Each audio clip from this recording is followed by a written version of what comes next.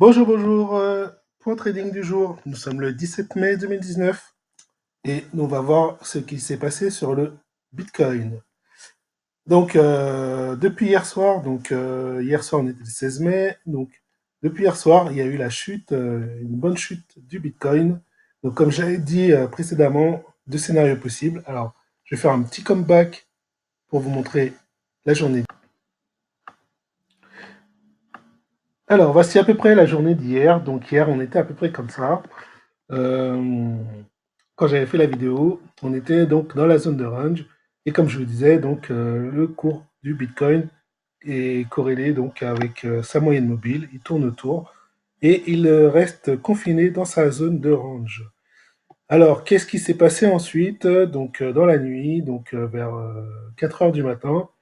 Donc, 2-4 heures du matin, ce sont souvent des heures assez stratégiques, voire 6 heures du matin aussi des fois. Et j'ai remarqué que voilà, 2 heures, 4 heures, 6 heures, c'était des heures stratégiques pour les mouvements en pleine nuit. Et donc, qu'est-ce qui s'est passé à 4 heures du matin? Donc, on a une percée vers le bas du range.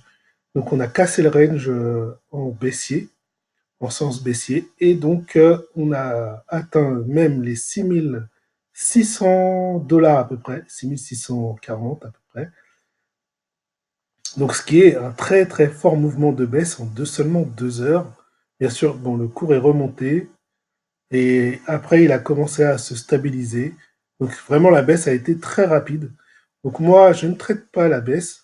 Comme je l'ai déjà dit, je traite que en hausse. Pour une raison simple, c'est que je considère que le Bitcoin, c'est un actif qui, en tout cas pour le moment, a vocation à grandir, à évoluer, à prendre de la valeur. Donc voilà, je ne me mets pas en risque bêtement, je préfère le trader qu'à la hausse.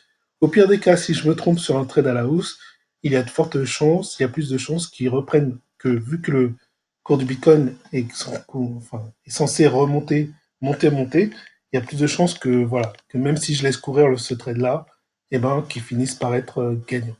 Voilà un peu l'idée qu'il y a derrière ça. Donc voilà, j'avais anticipé, enfin anticipé, non, j'anticipe rien du tout, on n'est pas là pour anticiper, au contraire, on est simplement là pour analyser le marché, essayer de le comprendre dans un peu ce qui se passe en fond, en arrière-plan, et voir, et techniquement, en fait, observer ce qui se passe avec les graphiques. Et donc, comme je disais, donc soit il sortait par le range euh, en haut, et s'il prenait une impulsion forte à la hausse, s'il dépassait les 8300, 8400, je crois que c'était plus, ouais, plus comme ça. Donc s'il dépassait les 8400, je rentrais à l'achat sur le marché, sur le Bitcoin. Et à contrario, j'avais dit que s'il baissait donc en dessous des 6000, 7600, eh ben, bah, il faudrait mieux prendre un signal à la baisse, mais moi, je ne traite pas la baisse. Voilà, donc c'est ce qu'il a fait. Il a pris un mouvement à la baisse, une tendance à la baisse. Et donc, ici, on voit aussi la moyenne mobile qui le suit, qui est assez éloignée, mais qui commence à se rapprocher, puisqu'il est en train de stabiliser. Donc, certainement que bientôt, elle va se confondre avec le cours. Elle va certainement croiser le cours bientôt. Est-ce qu'il y aura une impulsion à la hausse ou à la baisse à ce moment-là? On ne sait pas. Pour l'instant, on observe on observe simplement et on y réagit en fonction de ce qui se passe. Alors, je vais remettre la zone de, enfin, je vais remettre la zone d'orange, la mettre à jour euh, par rapport à la courbe d'aujourd'hui, de maintenant. Donc, en gros, la zone basse, on va la mettre ici. La zone haute, on va la mettre à peu près là. Ouais, pas mal. 7300 la zone haute, 6900 la zone basse, on va dire, en gros. La zone basse, ça c'est ma zone d'alerte. Pour ceux qui m'ont déjà écouté, c'est ma zone d'alerte, que j'appelle aussi ma zone de travail. Donc c'est voilà, pour recevoir des alertes quand si le cours dépasse les pointillés orange, la borne haute des pointillés orange, ben, je reçois une alerte par mail ou une notification sur le PC. Ça me permet de regarder le cours et de voir ce qui se passe, ce qui est en train de se passer et de réagir ensuite. Voilà, c'est pour pas louper les mouvements de marché. Euh, voilà, voilà, la nouvelle zone de travail et la nouvelle zone de range. Enfin, si on peut dire, pour l'instant, c'est pas vraiment un range. Mais voilà, c'est là où se situe en tout cas le Bitcoin en ce moment et les zones à surveiller.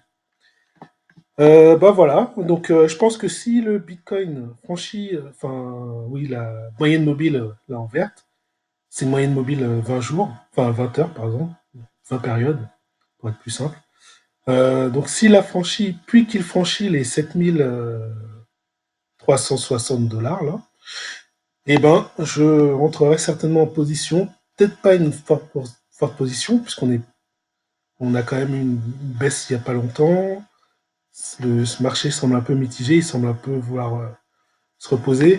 Donc là, je prendrai une position à la hausse, mais voilà, je mettrai qu'une petite partie de capital. Pas, je mettrai pas beaucoup. C'est juste pour être dans le marché, pour voir ce qui se passe. Allez, sur ce, je vous laisse et je vous souhaite donc une bonne fin de journée, un bon week-end et à bientôt pour la prochaine vidéo. Ciao!